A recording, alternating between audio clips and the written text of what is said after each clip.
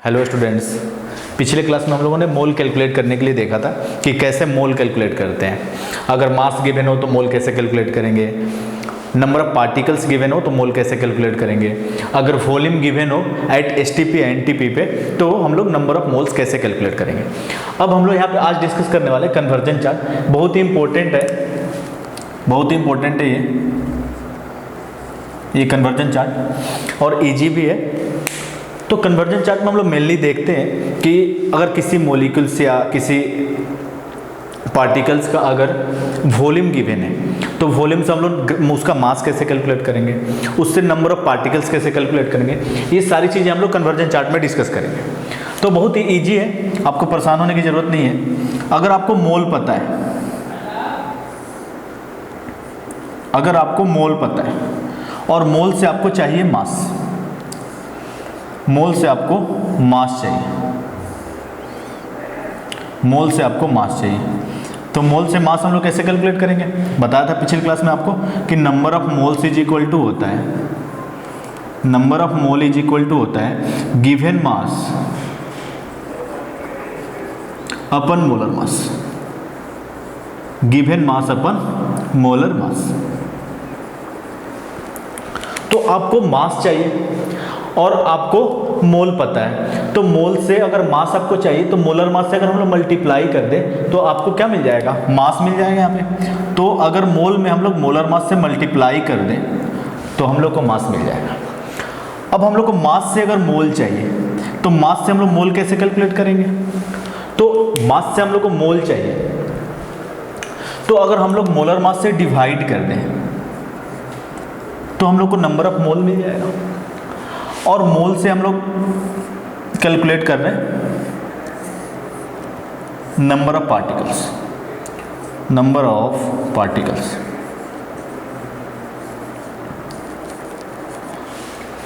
और बच्चों, मैं पिछली क्लास में आपको बताया था कि जब भी केमिस्ट्री में पार्टिकल्स की बात होगी तो केमिस्ट्री में पार्टिकल्स या तो एटम्स हो सकते हैं, मॉलिक्यूल्स हो सकते हैं या तो आयन हो सकते हैं। तो नंबर ऑफ पार्टिकल्स चाहिए आपको मोल से। तो बच्चों आपको बताया था पिछले क्लास में कि नंबर ऑफ मोल अगर हम लोग कैलकुलेट करना है और आपको पार्टिकल्स गिवन है, given number of particles, given number of particles, तो बहुत ही ईजी है। मैंने बताया था कि एवोगाड्रोज नंबर से अगर हम लोग डिवाइड कर दें गिवन नंबर ऑफ पार्टिकल्स में तो हम लोग को नंबर ऑफ मोल मिल जाएगा। तो हम लोग को मोल से नंबर ऑफ पार्टिकल्स चाहिए, तो नंबर ऑफ पार्टिकल चाहिए तो मोल में अगर हम लोग एवोगाड्रोज नंबर से मल्टीप्लाई कर दें तो हम लोग को यहाँ पे नंबर ऑफ पार्टिकल्स मिल जाएगा। और नंबर ऑफ पार्टिकल से हम लोग को मोल चाहिए, तो बहुत ही ईजी है। गिवन नंबर ऑफ पार्टिकल से और आपको उससे मोल चाहिए तो मोलर मास से अगर हम लोग ये नंबर ऑफ एवोगाड्रोज नंबर से अगर हम लोग डिवाइड कर दें तो हम लोग को मोल मिल जाएगा। Same as it is volume at STP NTP, किसी भी गैस मॉलिक्यूल्स का हम लोग को वॉल्यूम चाहिए एट एसटीपी या एनटीपी। पिछले क्लास में मैंने बताया था एसटीपी और एनटीपी क्या होता है। अगर प्रेशर 1 atm हो और टेम्परेचर 0 डिग्री सेल्सियस या 273 केल्विन तो एट एसटीपी, और एनटीपी पे जो प्रेशर होता है वो 1 atm ही होता है, लेकिन टेम्परेचर जो आपका होता है वो 25 डिग्री सेल्सियस या 298 केल्विन। तो आपको कन्फ्यूज नहीं होना है, आपको मोल से वॉल्यूम चाहिए। बताया था बच्चों आपको पिछले क्लास में कि नंबर ऑफ मोल अगर आपको कैलकुलेट करना है और किसी भी मॉलिक्यूल्स का या गैस मॉलिक्यूल्स का वॉल्यूम आपको गिवन है एसटीपी पे, गिवन वॉल्यूम एट एसटीपी, और इसमें अगर 22.4 से हम लोग डिवाइड कर दे, 22.4 लीटर से हम लोग डिवाइड कर दे तो हम लोग को नंबर ऑफ मोल मिल जाएगा। तो नंबर ऑफ मोल से अगर हम लोग को, अगर आपको मोल पता है और आपको वॉल्यूम चाहिए तो अगर हम लोग इसमें मल्टीप्लाई कर दें 22 multiplied by 22.4 litre, multiplied by 22.4 litre, और अगर हम लोग को वॉल्यूम एट एसटीपी अगर आपको गिवन है और उससे आपको मोल चाहिए तो अगर हम लोग 22.4 से हम लोग डिवाइड कर दें 22.4 लीटर से अगर हम लोग डिवाइड कर दे तो नंबर ऑफ मोल मिल जाएगा।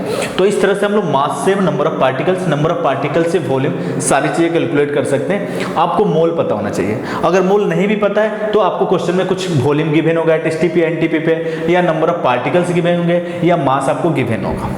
तो बच्चों आज हम लोग इस पे कुछ क्वेश्चंस करते हैं, छोटे छोटे क्वेश्चंस भी करते हैं। एनसीईआरटी के कुछ क्वेश्चंस करते हैं, कुछ जेई के क्वेश्चंस करते हैं, कुछ नीट के क्वेश्चंस करते हैं, और बहुत ही इजी क्वेश्चंस होते हैं इसके, आप इजीली कर भी पाएंगे।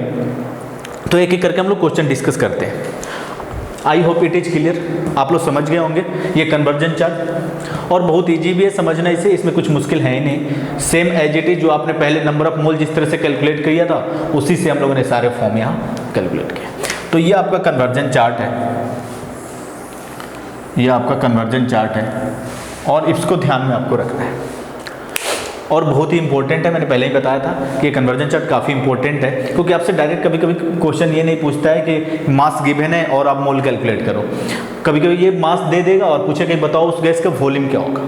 तो अगर इस कन्वर्जन चार्ट पे आपका अच्छा ग्रीफ है, इस पर कमांड आपका अच्छा है, अगर आप इस कन्वर्जन चार्ट को अच्छे से समझा है आपने, तो आप इजीली कैलकुलेट कर पाएंगे। तो नेक्स्ट हम लोग इस पर कुछ छोटे छोटे प्रॉब्लम्स करते हैं जो जेई में आए हुए हैं, नीट में आए हुए हैं, और एनसीईआरटी के कुछ छोटे छोटे क्वेश्चंस भी करेंगे, क्योंकि काफ़ी बच्चों ने ये मुझे बोला है कमेंट में कि सर एनसीईआरटी के क्वेश्चन सॉल्व करवाइए, क्योंकि उनको बोर्ड की तैयारी करनी है। तो उसके लिए एनसीईआरटी बहुत इंपॉर्टेंट है। एनसीईआरटी के प्रॉब्लम डिस्कस करना काफ़ी इंपॉर्टेंट होगा उन बच्चों के लिए। तो हम लोग यहाँ पे एनसीईआरटी के क्वेश्चंस भी डिस्कस करेंगे, और बहुत छोटे छोटे क्वेश्चंस हैं, हम लोग डिस्कस करते हैं एक एक करके।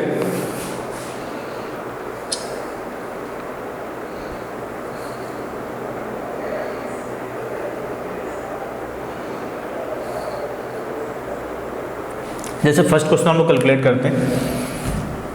फर्स्ट क्वेश्चन है calculate,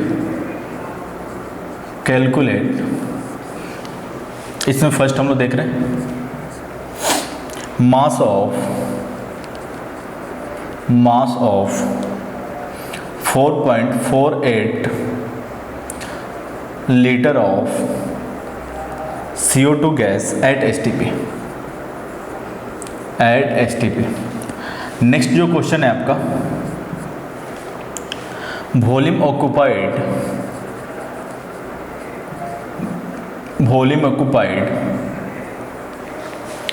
bye 0.1 into Na molecules of H2 at STP।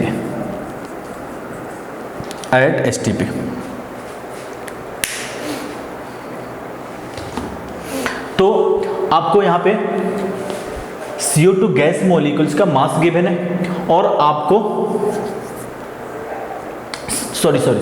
CO2 gas molecules का आपको वॉल्यूम गिवन है और मास कैलकुलेट करना है। तो बहुत ही इजी है कैलकुलेट करना। मैंने कन्वर्जन चार्ट में आपको बताया, सबसे पहले आप किसी भी क्वेश्चन पे आपको मास पूछ रहा हो, वॉल्यूम पूछ रहा हो, नंबर ऑफ पार्टिकल्स पूछ रहा हो, तो सबसे पहले हम लोग नंबर ऑफ मोल्स कैलकुलेट करेंगे। तो बहुत ईजी है नंबर ऑफ मोल कैलकुलेट करना। गिवन आपका क्या है यहाँ पे, वॉल्यूम गिवन है, volume of CO2 at STP 4.48 litre, 4.48 litre. तो यहाँ से हम लोग मोल कैलकुलेट कर सकते हैं। तो नंबर ऑफ मोल क्या हो जाएगा, नंबर ऑफ मोल क्या हो जाएगा, तो given volume at STP divided by 22.4। Calculate कर लें आप लोग कितना आ जाएगा,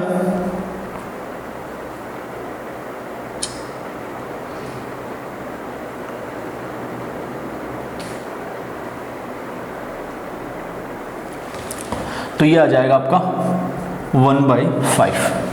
तो ये मोल मिल गए आपके, या सिंपली इसको लिख सकते हैं आप लोग 0.2 मोल मिल गया आपको, 0.2 मोल ऑफ CO2। अब आपको नंबर ऑफ मोल्स पता हो गए। आपको पूछ क्या रहा है, मास पूछ रहा है कि मास क्या होगा। तो आपको बच्चों पता है कि number of mole is equal to जो होता है given mass upon molar mass, given mass upon molar mass. तो आपको मास चाहिए, अगर मास में आपको कैलकुलेट करना है तो नंबर ऑफ मोल्स में अगर मोलर मास से हम लोग मल्टीप्लाई कर दें तो हम लोग को क्या मिल जाएगा, यहाँ पे CO2 गैस का मास मिल जाएगा। तो बहुत ईजी है, मोल आपने कैलकुलेट कर रखा है। तो मास ऑफ CO2 की अगर हम लोग बात करें, मास ऑफ CO2 तो मोल इनटू मोलर मास, मोल इनटू मोलर मास, और मोल आपको पता है 0.2, और मोलर मास आपको पता है CO2 गैस का, कार्बन का जो मोलर मास हो जाएगा 12, और ऑक्सीजन का जो आपका मोलर मास हो जाएगा 32। तो CO2 की अगर हम लोग मोलर मास की बात करें तो 12 + 32 इज इक्वल टू 44 ग्राम। तो 0.2 इंटू 44 ग्राम। तो यहाँ से अगर हम लोग मल्टीप्लाई कर ले तो यहाँ पे आपका आ जाएगा 8.8 ग्राम ऑफ CO2। तो I hope it is clear. अगर 4.48 लीटर ऑफ CO2 गैस होगा तो उसका मास जो होगा 8.8 ग्राम होगा। तो बहुत ही इजी है। नेक्स्ट क्वेश्चन हम लोग देखते हैं इसमें, second part second. I hope it is clear. कैसे हम लोग अगर वॉल्यूम गिवन है तो उससे हम लोग मास कैसे कैलकुलेट करेंगे आप लोग समझ गए होंगे और क्लियर हो गया होगा। नेक्स्ट जो सेकंड आपका है कि अगर 0.01 इंटू Na मोलिकुल्स है H2 के तो कितना वॉल्यूम ऑक्युपाई करेगा। तो ये देखते हैं हम लोग, बहुत ही ईजी है ये भी क्वेश्चन। नेक्स्ट इसे साफ करें।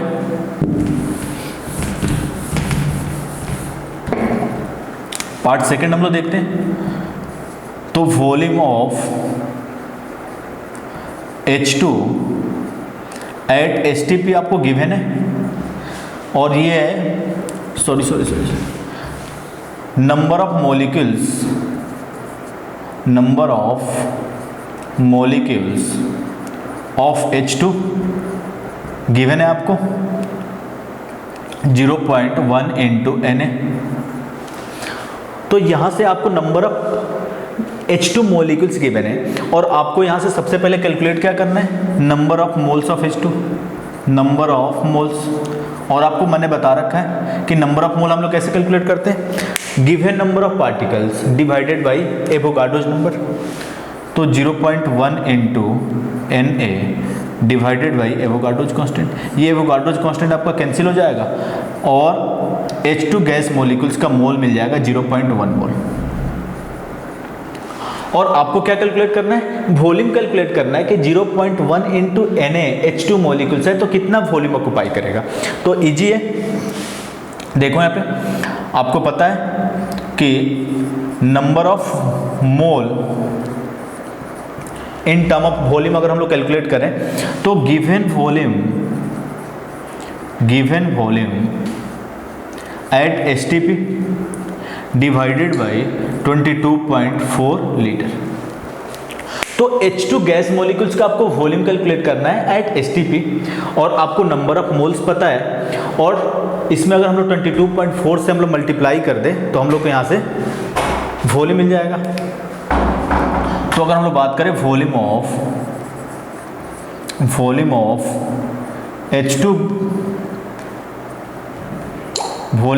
H2 एट STP, तो at STP volume of H2 कितना हो जाएगा, मोल इंटू 22.4 लीटर। मल्टीप्लाई कर लो, 2.24 लीटर आ जाएगा, 2.24 लीटर। तो इस तरह से आप अगर नंबर ऑफ पार्टिकल्स गिवन हो तो हम लोग को वॉल्यूम कैसे कैलकुलेट करेंगे आप इजीली देख सकते हैं।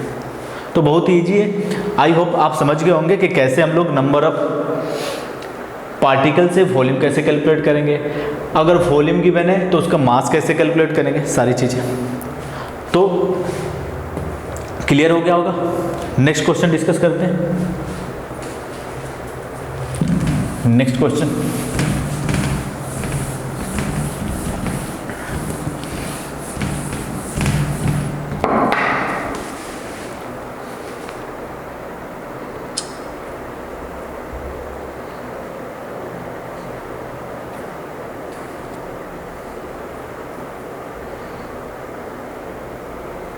नेक्स्ट क्वेश्चन है आपका, सेकंड क्वेश्चन हम लोग डिस्कस कर रहे हैं। Calculate number of protons and neutrons, number of protons and neutrons in 4 gram of NaOH।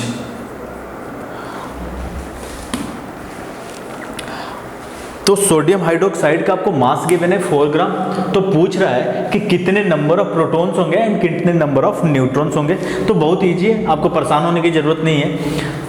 अगर आप स्टेप वाइज सारी चीज़ें करते चलेंगे तो कहीं कन्फ्यूजन होगा ही नहीं। एक एक चीज़ें आपको कैलकुलेट करनी है, फिर आपको इजीली सारी चीज़ें समझ में आ जाएंगी और आप नंबर ऑफ इलेक्ट्रॉन्स, प्रोटॉन्स सारी चीज़ें कैलकुलेट कर पाएंगे। तो इजी है। देखो यहाँ पे सबसे पहले आपको गिवन क्या है, तो गिवन जो है आपका mass of NaOH, sodium hydroxide का मास आपको गिवन है और ओ कितना है 4 ग्राम। तो अगर मास गिवन है तो आप मोल कैलकुलेट कर सकते हैं इजीली। तो नंबर ऑफ मोल क्या हो जाएगा, NaOH के मोल कितने हो जाएंगे, मास अपन मोलर मास। और सोडियम हाइड्रोक्साइड के मोलर मास की अगर हम लोग बात करें तो मैंने बताया था पिछले क्लास में कि किसी भी मॉलिक्यूल का मोलिकुलर मास क्या होता है, the sum of atomic masses of an element. तो यहाँ पे एलिमेंट आपका क्या क्या है, सोडियम। तो सोडियम का मास क्या हो जाएगा 23, ऑक्सीजन का मास कितना हो जाएगा 16, हाइड्रोजन का मास कितना हो जाएगा 1। तो टोटल जो मास हो जाएगा आपका वो हो जाएगा 40 ग्राम। तो एलिमेंट के मासेस का अगर हम लोग सम ले लें तो हम लोग को मोलिक्यूल का मास मिल जाएगा। तो नंबर ऑफ मोल्स कैलकुलेट कर रहे हैं, तो given mass upon molar mass, तो NaOH का मोलर मास आपने कैलकुलेट कर लिया 40, कितना आ जाएगा 1/10, 0.1 मोल। तो ये NaOH के मोल मिल गए। अगर 4 ग्राम NaOH होगा तो उसके मोल्स कितने होंगे 0.1 मोल। क्लियर है बच्चों, समझ गए होंगे आप। और मोल कैलकुलेट करना मैंने बता ही रखा आपको, इसके पिछले क्वेश्चन में भी हमने डिस्कस किया था। नंबर ऑफ मोल्स आपने कैलकुलेट कर लिया। अब हम लोग number of molecules of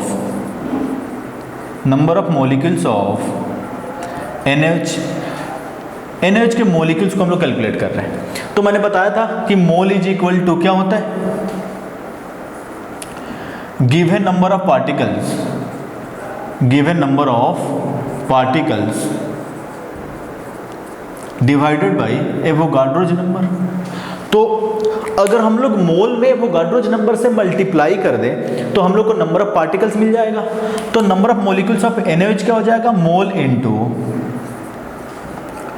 Avogadro's constant. और मोल आपको पता है कितने हैं, NaOH के मोल 0.1 और इनटू Na, तो 0.1 Na मॉलिक्यूल्स मिल गए आपके NaOH के। तो समझ गए आपकी नंबर ऑफ मॉलिक्यूल्स कैसे कैलकुलेट करेंगे। अब आपको नंबर ऑफ मॉलिक्यूल्स मिल गए, अगर 4 ग्राम NaOH होगा तो उसके कितने मॉलिक्यूल्स होंगे 0.1 इनटू Na। और हम लोग को कैलकुलेट क्या करना है कि number of protons and neutrons कितने होंगे। तो अगर हम लोग बात करें 1 molecule of NaOH, 1 molecule of, अगर NaOH का एक molecule 1 molecule of NaOH contain, तो अगर एक मॉलिक्यूल हो NaOH का तो कितने प्रोटॉन्स होंगे। तो सोडियम की अगर हम लोग बात करें तो सोडियम में कितने प्रोटॉन्स हो जाएंगे 11, प्लस ऑक्सीजन में कितने प्रोटॉन्स आ जाएंगे 8, प्लस हाइड्रोजन में कितने हो जाएंगे 1। तो 11 प्लस 8 प्लस 1 कितना हो जाएगा 20 प्रोटॉन्स। तो अगर एक मॉलिक्यूल NaOH का होगा तो नंबर ऑफ प्रोटॉन्स कितने होंगे 20। तो हमारे पास मॉलिक्यूल्स कितने हैं, तो हमारे पास जो मॉलिक्यूल्स हैं 0.1 इनटू Na। तो 0.1 into Na molecule of 0.1 into Na molecules of NaOH contain अगर 0.1 इंटू Na मोलिक्यूल्स है NaOH के, तो कितने प्रोटॉन्स हो जाएंगे? तो मल्टीप्लाई कर लेंगे सीधा हम लोग 20 इंटू 0.1 इंटू Na, यानी कितना आ जाएगा 2 इंटू Na। तो इतने नंबर ऑफ प्रोटॉन्स हो जाएंगे आपके। सिंपल है, आप लोग समझ गए होंगे कि नंबर ऑफ प्रोटॉन्स कैसे कैलकुलेट करेंगे। इजी है। एक मॉलिक्यूल अगर NaOH का होगा, अगर एक मॉलिक्यूल NaOH का है तो उसमें कितने प्रोटॉन्स होंगे, इजीली आप समझ पाएंगे। और नंबर ऑफ प्रोटॉन्स आपको कैलकुलेट करना है तो परेशान होने की जरूरत नहीं है। एटॉमिक नंबर जो होता है, एटॉमिक नंबर, ये Z जो होता है ये नंबर ऑफ प्रोटॉन्स के इक्वल होता है, नंबर ऑफ प्रोटॉन्स के इक्वल होता है। तो अगर NaOH की हम लोग बात करें तो सोडियम का एटॉमिक नंबर जो होता है 11 होता है, तो नंबर ऑफ प्रोटॉन्स कितने होंगे 11। ऑक्सीजन की अगर हम लोग बात करें तो ऑक्सीजन का एटॉमिक नंबर कितना होता है 8, तो नंबर ऑफ प्रोटॉन्स कितने हो गए 8। हाइड्रोजन का एटॉमिक नंबर कितना होता है 1, तो ये नंबर ऑफ प्रोटॉन्स कितने हो गए 1। अगर सबका हम लोग सम ले लें तो 20 प्रोटॉन्स मिल जाएंगे। तो एक मॉलिक्यूल अगर NaOH का है तो कितने प्रोटॉन्स होंगे 20। तो हम पास मॉलिक्यूल्स कितने हैं 0.1 इंटू Na, तो 0.1 इंटू Na मॉलिक्यूल्स की अगर हम लोग बात करें तो 20 से मल्टीप्लाई कर देंगे, हम लोग को यहाँ पे नंबर ऑफ प्रोटॉन्स मिल जाएगा। तो आई होप कि समझ गए होंगे कि कैसे हम लोग नंबर ऑफ पार्टिकल्स कैलकुलेट करेंगे। नेक्स्ट हम लोग देखते हैं, नेक्स्ट हम लोग देख रहे हैं कि नंबर ऑफ न्यूट्रॉन्स कितने होंगे। तो इजी है नंबर ऑफ न्यूट्रॉन्स भी कैलकुलेट करना, नंबर ऑफ न्यूट्रॉन्स भी कैलकुलेट करना इजी है। तो वन मॉलिक्यूल ऑफ, तो नंबर ऑफ न्यूट्रॉन्स पहले कैलकुलेट कर लेते हैं। आपको पता है कि कोई X एलिमेंट है जिसका एटॉमिक नंबर Z है और उसका मास नंबर A है, तो न्यूट्रॉन्स जो होता है, न्यूट्रॉन्स जो होता है आपका A माइनस Z। तो अगर हम लोग बात करें सोडियम के लिए, सोडियम के लिए अगर हम लोग बात करें तो सोडियम के लिए ये मास नंबर जो होता है आपका 23 और एटॉमिक नंबर जो होता है 11। तो नंबर ऑफ न्यूट्रॉन्स जो आपको मिल जाएंगे वो मिल जाएंगे 12 न्यूट्रॉन्स। ऑक्सीजन की बात करें, ऑक्सीजन की अगर हम लोग बात करें,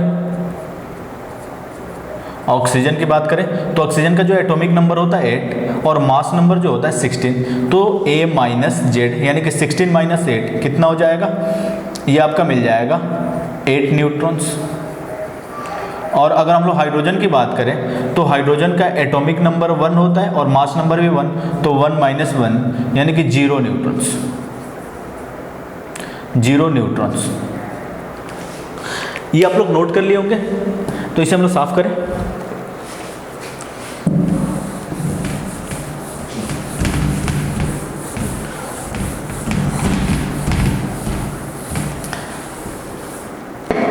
तो यहाँ से आपने देख लिया कि नंबर ऑफ न्यूट्रॉन्स, अगर हम लोग total number of neutrons in NaOH हम लोग बात करें तो टोटल नंबर ऑफ न्यूट्रॉन्स कितने हो जाएंगे, टोटल नंबर ऑफ न्यूट्रॉन्स कितने हो जाएंगे, तो ये आपका हो जाएगा 12 प्लस 8 प्लस 0 यानी कि 20 न्यूट्रॉन्स। तो same as it is one molecule of NaOH contain, one molecule of NaOH contain, अगर एक मॉलिक्यूल NaOH का है तो न्यूट्रॉन्स कितने हो जाएंगे 20 न्यूट्रॉन्स। और इसके पहले आपने देखा था कि नंबर ऑफ मॉलिक्यूल्स हमारे पास है कितने, तो 0.1 into Na molecule of 0.1 into Na molecule of NaOH contain कितना हो जाएगा 20 इंटू 0.1 इंटू Na, यानी कि इसमें नंबर ऑफ न्यूट्रॉन्स की अगर हम लोग बात करें तो 2 इंटू Na न्यूट्रॉन्स। तो इजी है। अगर 4 ग्राम अगर 4 ग्राम NaOH है तो नंबर ऑफ न्यूट्रॉन जो होंगे 2 into Na और नंबर ऑफ प्रोटॉन से भी होंगे 2 into Na। और बच्चों मैंने प्रीवियस क्लास में आपको मैंने बता रखा है कि Na जो होता है एवोगाड्रोज कांस्टेंट, और Na की जो वैल्यू होती है एवोगाड्रोज कांस्टेंट की जो वैल्यू होती है 6.023 into 10⁻23। तो कंफ्यूज नहीं होना है, और कुछ भी डाउट्स हो तो आप कमेंट बॉक्स में जाके बता सकते हैं कि सर ये डाउट्स है, तो उस पर हम लोग नेक्स्ट क्लास में डिस्कस कर लेंगे। तो आई होप कि समझ गए होंगे कि नंबर ऑफ प्रोटॉन्स न्यूट्रॉन्स कैसे कैलकुलेट करेंगे, नंबर ऑफ पार्टिकल्स कैसे कैलकुलेट करेंगे, वॉल्यूम कैसे कैलकुलेट करेंगे, अगर वॉल्यूम गिवन है तो मास कैसे कैलकुलेट करेंगे, मास गिवन है तो वॉल्यूम कैसे कैलकुलेट करेंगे, नंबर ऑफ पार्टिकल्स गिवन है तो वॉल्यूम कैसे कैलकुलेट करेंगे। ये सारी चीज़ें आप लोग समझ गए होंगे, और बहुत इजी भी है, कुछ भी इसमें डिफिकल्ट नहीं है जो आप नहीं समझ पाए। और बच्चे ऐसे ही परेशान रहते हैं मोल कंसेप्ट को लेके, क्योंकि उनको मोल समझ ही नहीं आता कि मोल होता क्या है। और मैं समझ रहा हूँ कि मोल काफ़ी इजी चैप्टर है, इससे इजी चैप्टर हो ही नहीं सकता। ठीक है, तो नोट कर लो। नेक्स्ट हम लोग कुछ क्वेश्चन करते हैं एनसीईआरटी के। कुछ बच्चों के रिक्वेस्ट आए थे कि सर एनसीईआरटी के क्वेश्चंस भी कराया करिए, क्योंकि हम लोग को बोर्ड की तैयारी करनी है, बोर्ड का एग्जाम देना है, तो इसलिए हम लोग को एनसीईआरटी के क्वेश्चंस भी कुछ करते हैं। और एनसीईआरटी के क्वेश्चन और इजी है और इजीली आप कर भी पाएंगे। नेक्स्ट क्वेश्चन हम देखते हैं।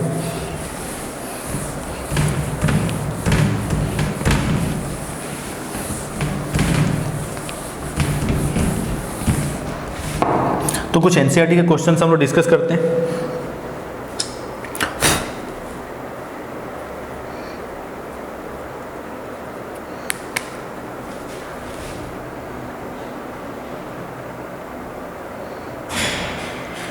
तो एनसीईआरटी का ये फर्स्ट क्वेश्चन है, calculate number of atoms, calculate number of atoms. इसमें फर्स्ट है आपका 52 मोल ऑफ आर्गन। सेकेंड जो आपका क्वेश्चन है 52 ग्राम ऑफ हीलियम। तो ये दो क्वेश्चंस हैं, एनसीईआरटी के क्वेश्चंस हैं और बहुत ही इजी है। जो आपने प्रीवियस क्वेश्चंस किए हैं उससे तो ये काफ़ी इजी है। एनसीईआरटी के क्वेश्चंस ऐसे भी इजी होते हैं और आप इजीली कर भी पाएंगे। और जब चैप्टर खत्म हो जाएगा तो एनसीईआरटी के जो भी एक्सरसाइज के क्वेश्चंस हैं वो हम लोग एक एक करके सारे क्वेश्चंस डिस्कस करेंगे, तो आपको परेशान होने की ज़रूरत नहीं है। आप जो क्लास में हो रहा है उसको नोट करते चलें और एक प्रॉपर नोट बनाएं और उस पर क्वेश्चंस जो मैं क्लासरूम में करवा रहा हूँ उसे करें। और आप लोगों को थ्योरी पढ़ने की कोई भी ज़रूरत नहीं है, किसी भी बुक से प्रॉब्लम करें, जो भी आपको बुक अच्छा लग रहा है उससे प्रॉब्लम करें, लेकिन थ्योरी किसी भी बुक से पढ़ने की आपको ज़रूरत नहीं है। मैं जितना थ्योरी करा रहा हूँ उतना काफ़ी है आपको बोर्ड और जेईई और नीट के लिए। बाकी आप प्रॉब्लम के लिए कोई भी बुक फॉलो कर सकते हैं, उसके लिए कोई इश्यू नहीं है। तो नेक्स्ट हम लोग देखते हैं कि नंबर ऑफ एटम्स कितने होंगे अगर 0.2 मोल ऑफ आर्गन है और 52 ग्राम ऑफ हीलियम है। तो ईजी है, बहुत ही ईजी है, कुछ करना ही नहीं है। तो सबसे पहले हम लोग फर्स्ट डिस्कस करते हैं। गिवन क्या है, नंबर ऑफ मोल गिवन है आपको, नंबर ऑफ मोल आपको गिवन है।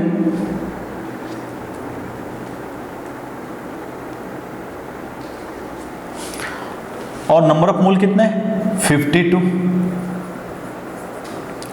मोल of number of mole of argon.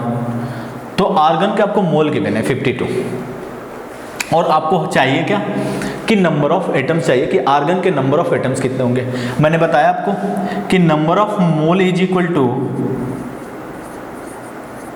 यहाँ पे आपको नंबर ऑफ एटम्स चाहिए यानी कि नंबर ऑफ पार्टिकल्स चाहिए। तो नंबर ऑफ मोल मैंने बता रखा है आपको कि given number of particles, given number of particles अपन एवोगाड्रोज कांस्टेंट। तो अगर नंबर ऑफ मोल में एवोगाड्रोज कांस्टेंट से अगर हम लोग मल्टीप्लाई कर दें तो नंबर ऑफ पार्टिकल्स मिल जाएगा, यानी कि नंबर ऑफ एटम्स मिल जाएंगे आर्गन के। तो अगर हम लोग यहाँ पे बात करें कि number of atoms of argon, अगर 52 मोल है आर्गन के तो इसके नंबर ऑफ एटम्स कितने होंगे। तो number of atoms of argon क्या हो जाएगा, मोल इनटू एवोगाड्रोज कांस्टेंट, और आपको मोल पता है, मोल कितना गिवन है 52, और इनटू Na, और अगर इसको मैं लिखना चाहें तो 52 इंटू Na, और मैंने बता रखा है Na इज इक्वल टू आपको